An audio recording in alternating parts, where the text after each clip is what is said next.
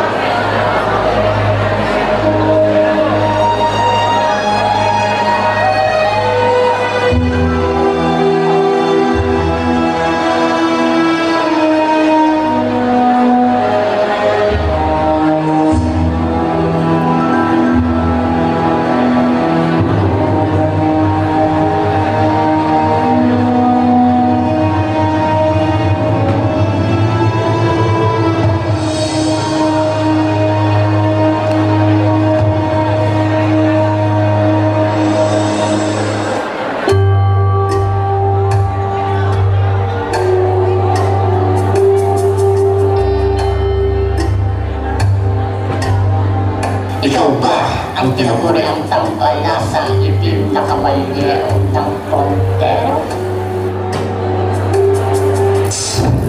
At sino ka namang hangal na nagtatanong kung ako nga ang itim na kabalyero? Sagutin mo ang tanong ko. Ang ngayon ko ay Kyugesu, isang puppet at dakilang mamaslang. Narito ako upang tapusin ang itim na kabanyero ng Frontera na umubos sa isang daang sundalo sa isang saglit lamang. Ikaw ba yun? Ako nga. Ako si Skuray, ang itim na kabalyero ng Frontera. Ang kapag para sabihin sa kapusin mo ako. Hamal!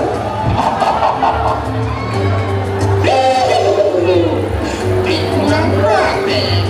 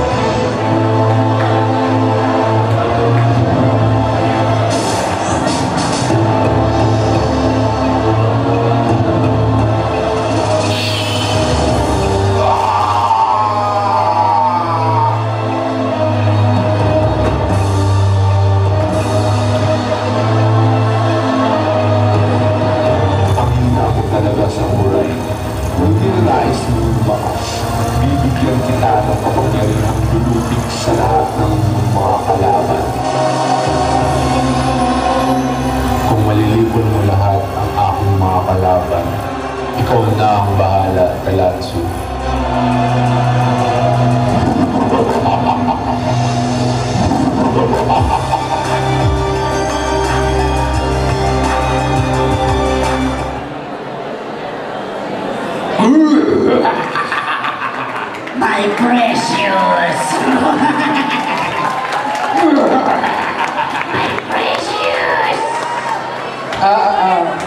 Kaibigan, nasa palengke ba tayo? Ano ba yan? Longganisa. Ano? Isaw.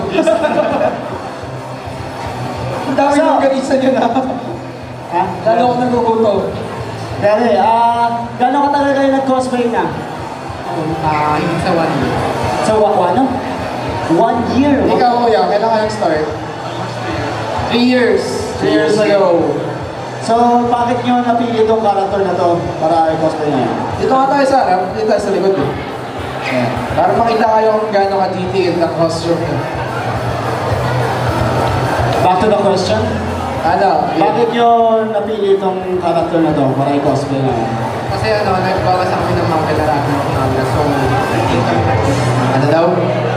Babasa daw sila sa Ragnarok manga. Manga! Manga daw. So manga-based ang mga Ragnarok. Akala ko sa game. Akala ko sila yung mga bagong kalaban eh, wala sila nakita. Ikaw kuya, bakit mo nagustuhan yung cosplay niya? Kasi, alam niyo naman basta pag gawin namin laro, so i-treat namin to para express namin kung ano mga characters nila. Kung ano mga expression nito.